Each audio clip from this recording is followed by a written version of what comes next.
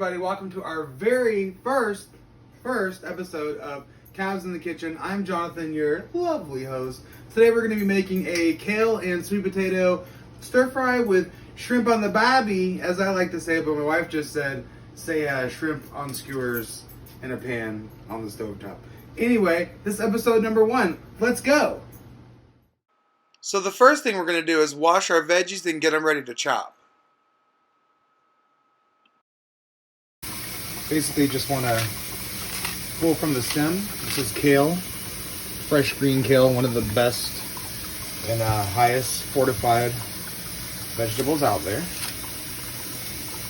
I believe, check with my lovely wife, I believe it is a superfood.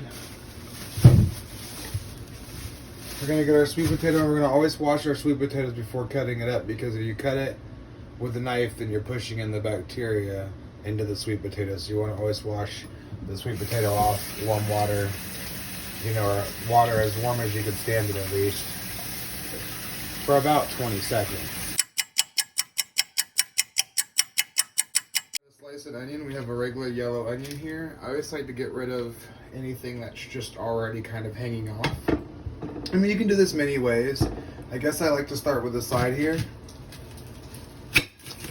and cut down the side of this, and then I have my 2 halves here, and what I'll do is cut here. You want to make sure obviously your knife is as sharp as possible. My knife isn't the sharpest knife out there. I probably just need to sharpen it too though.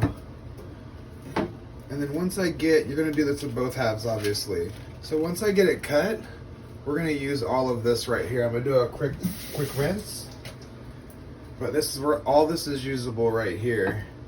And then pretty much if you just want to chop an onion, you can either go here, you can go here, but I like to do it just like this.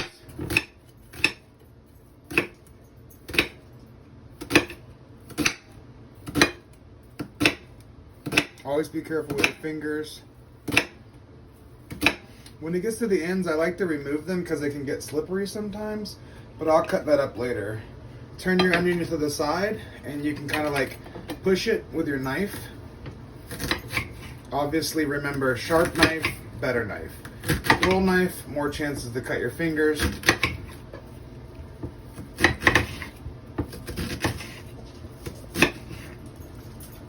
And there you go. Jonathan, just gonna show you guys how to cut up a sweet potato. You want to feed this into your dogs. Zaya, you can film Zaya eating that. Zaya, you like sweet potatoes? Oh, nice. Okay. So our guest star, Zaya. Gizmo, you want a sweet potato, Gizmo? Nice. Our dogs like sweet potatoes.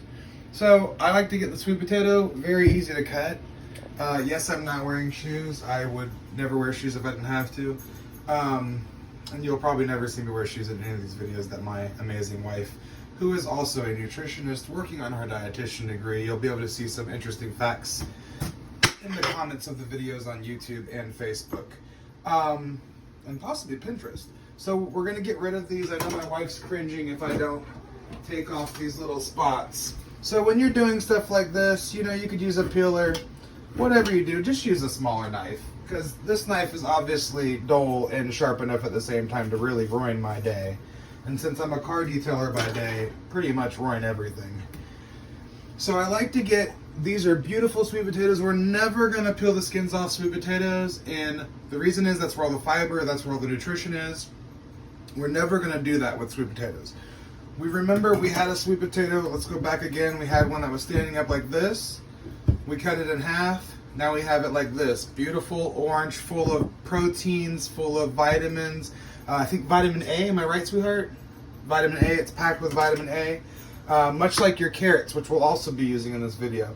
So I'm just going to go ahead and, almost like French fries, because I'm going to dice this, and I'm going to, cook it in olive oil with my onions and garlic and things like that. So I'm going to get this like this. These are a little wider than I would like them, but that's okay. No biggie. And the reason that you want sweet potatoes cut into the smallest pieces as possible, most people know sweet potatoes take a really long time to cook. And if you know me, you know I'm very clean, so if you see stuff fall on my counter, the counter was bleached about 30 minutes before we made this video. So. But I like to have them in really small little small batches. And honestly, this food is really great for you. You can eat as much as you want, and you won't feel guilty about it afterwards. So I have my onions and I have my potatoes. The potatoes, I always put my onions in first, which I really shouldn't do because they cook really quickly, but that's okay. And I'm gonna cook the onions and I'm gonna cook the sweet potatoes. Once we get this sweet potato cut, we'll go ahead and we'll start sauteing those while getting the kale pretty much just ripped apart. I'm not really gonna chop up the kale too much. There's no reason in wasting, well, I wouldn't call it a waste of time, but there's just no reason. It's gonna shrink down. So I have my sweet potato here and the little fanned out fries, no worries. We're just gonna chop. I need to get my friend Joel to show me how to do chopping the right way. Shout outs to Joel. And remember guys, move your fingers. If you've never cut yourself, I've never been shot, but I've stabbed myself before, and it is extremely painful. So please be careful with knives. You can lose all like feeling in your finger and movement, so just be really careful with knives. So I'm gonna add garlic later.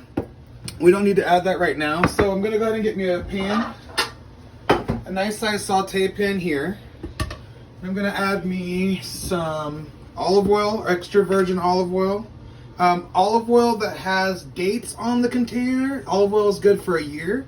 As far as like nutritious, the most nutritious. So always try to look for a date on the olive oil, a Best Buy date.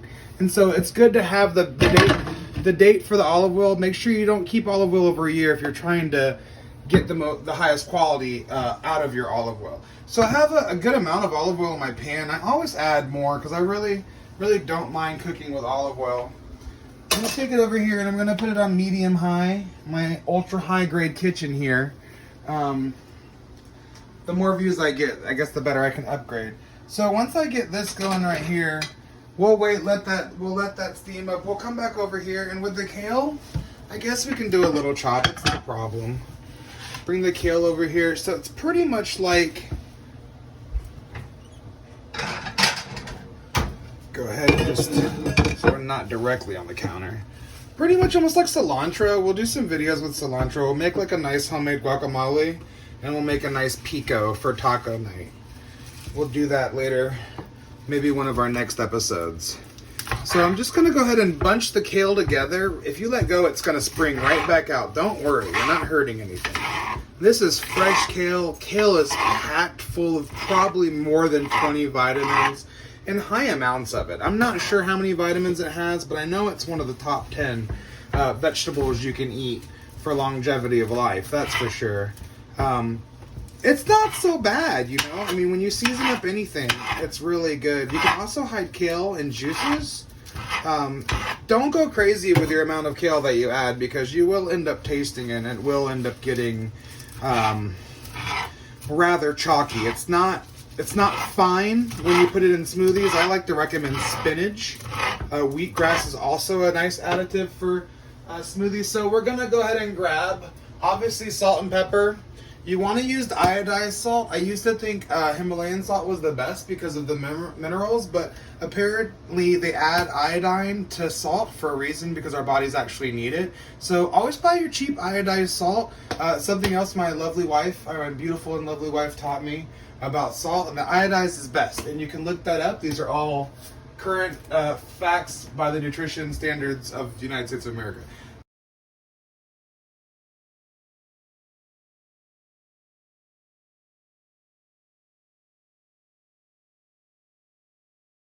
We're going to use some not garlic salt, but garlic powder, because we already have salt.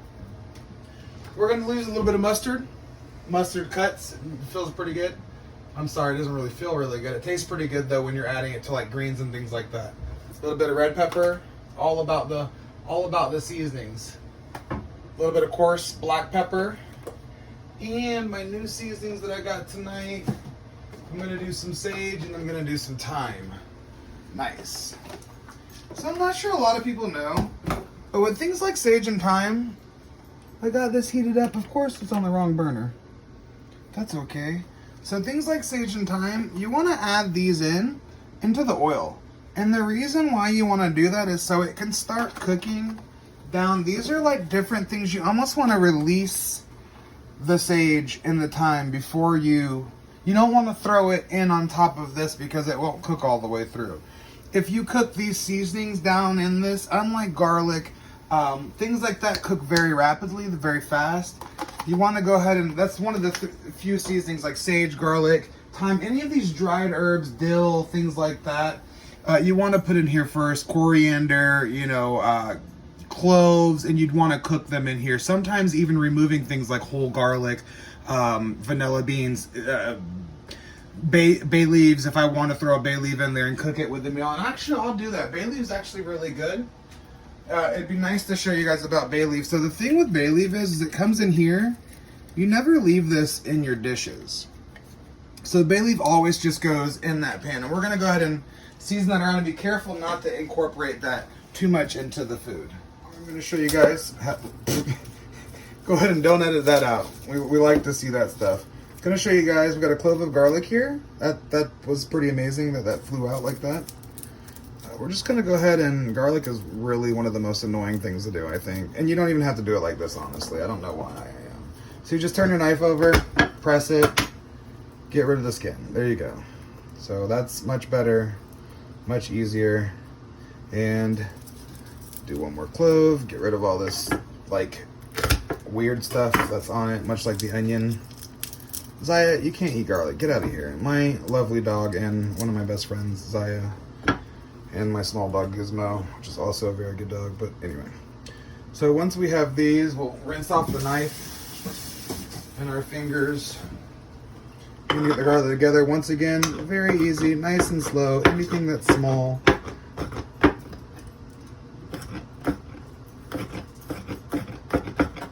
Turn it maybe. Just be careful. The smaller the strokes, I guess, the smaller your fingers when you get them cut. So, I mean, or the smaller the damage, in my opinion. So we have the fresh garlic here. All right, we're gonna throw this in to our pan. We've got our spices over here, our bay leaf. We've got our herbs going nice and hot. We're gonna turn that down because we don't want to burn anything. We're gonna throw our sweet potatoes and our onion mixture in. That's okay. Things like that happen, no problem.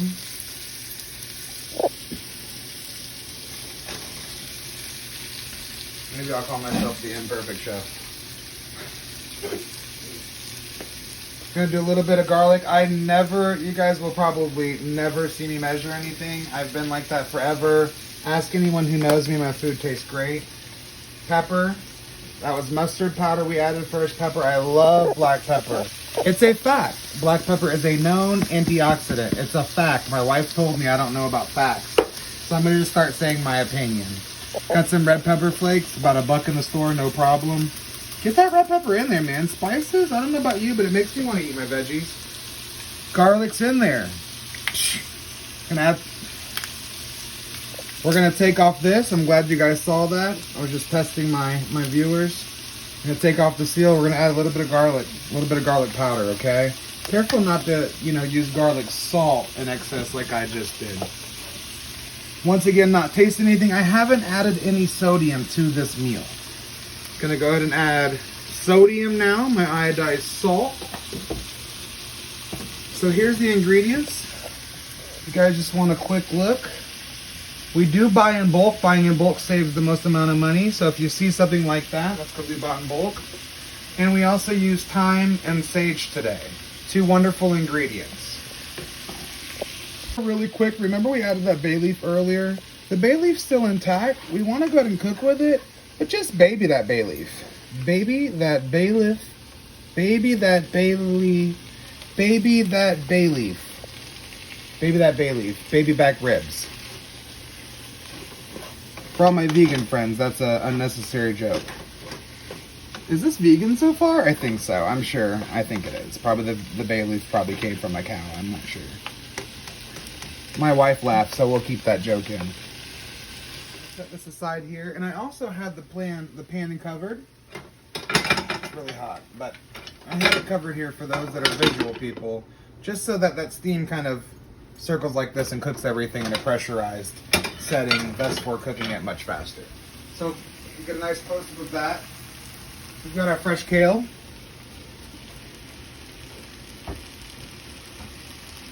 fresh kale. And on top of this kale, I like to add lemon juice. All of this, honestly, whatever type of citrus you have, it could be lime that's even recommended, I don't know. What that does is, this is pretty bitter stuff. What that does is cut that bitterness without affecting the flavor of the meal. It's not enough to do anything, but just basically mellow that out. So we've got this in here. We've got some spinach from Nobody. And the spinach right here from Nobody is going pretty bad. So we're just gonna throw all this in here because it's not salad good, but it's shriveling good. So we're gonna throw this in here. Spinach picked from a garden, put on the plate. And you might be like, wow, Jonathan, I just prefer Jonathan. Wow, Jonathan, that looks pretty full. And you know what, you're right. You're gonna pull out your handy dandy notebook. Just kidding. Handy dandy these things. I like to add a little bit more of the fat stuff. You know what I mean? Since I can't say bam, I can go bing bing. Every time I add something, I'll work on that. So just go ahead and no biggie. It's gonna be kind of messy sometimes. No one is perfect but God himself. So it's all right, no big deal. Just, ooh, like that. Don't burn yourself. You know, I don't have much feeling in my hands after stabbing myself, so it's no big deal. So go ahead and do this. We're gonna get all this, and we've just added a lot of stuff that doesn't have any sodium.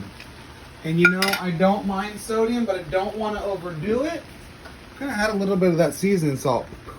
Bing bing. Oof, wrong end. Right here, remember guys, just go easy with salt. It's not like, okay, you know, it doesn't take a bunch of veggies, a little bit of salt. Salt's flavor, yes, but it's not the only thing you can use to get flavor. And we're just gonna let this simmer down. Check our plate's not too hot.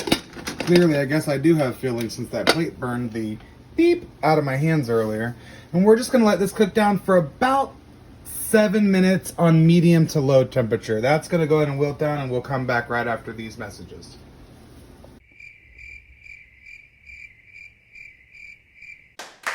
Hey, we're back. We've got some shrimp that's been seasoned with 3 ingredients: Leon Perrins, garlic salt, and chili powder. Shrimp wants to cook really, really fast, guys. So I put this first one down. I'm going to turn this first one over, okay? Just so you see it turning pink on the side. You don't want to overcook shrimp. Probably at home, don't do this with your hands. I don't want anyone burning themselves. If you're a kid, I love when kids cook. Just make sure your parents or your older siblings are there watching you, making sure you don't accidentally hurt yourself. I don't think there's anything that I can do that a kid can't do. So we got the shrimp here on our skewers. We gave them a flip. This would be a done color. This would be a done color. This would be raw still. That would be raw still. So I'm going to make sure I get those cooked. We'll come over here. Remove our leaf. Remember, we took out our bay leaf. And our mixture is done. I'm going to go ahead and turn this off. Going to pull away from the steam just so you guys can see. And I mean, it's beautiful. We have nice caramelization on the bottom of the pan. No burning. Sweet potatoes, kale, spinach, onion, garlic, and the 7 spices, maybe a little more that we showed you earlier in the beginning of the film. So that's done. That is a complete, that's beautiful. We're going to go ahead, remember this shrimp right here is not done, so we're going to rotate the positioning of the shrimp in the first place. And it's just because that stick was up right there. This Barbie, that is completely done. When you pull off a Barbie, that is a completely done shrimp right there. You want to make sure everything is pink. You do not want to overcook. Overcooking shrimp. And I want to show you before we talk about overcooking, undercooking. Very important that your food, your seafood, honey, can we go over to the fridge and show them what seafood temperature is, what it should be at, so I don't say anything wrong?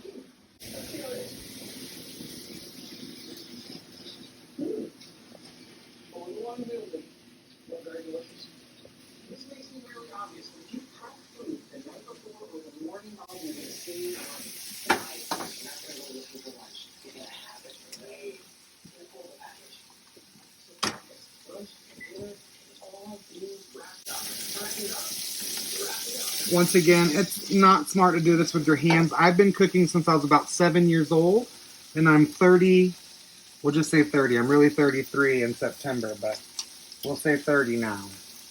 32. Okay, I don't like to lie. It's 32. So we're gonna. These are finishing up cooking right here. Just burn myself a little bit, but nothing like bad, obviously.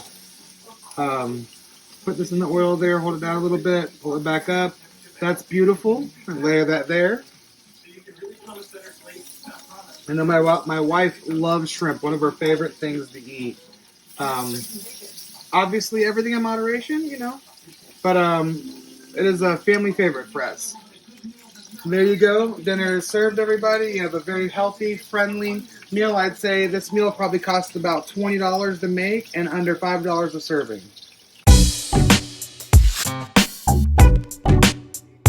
Kale, sweet potato. Okay, do it again.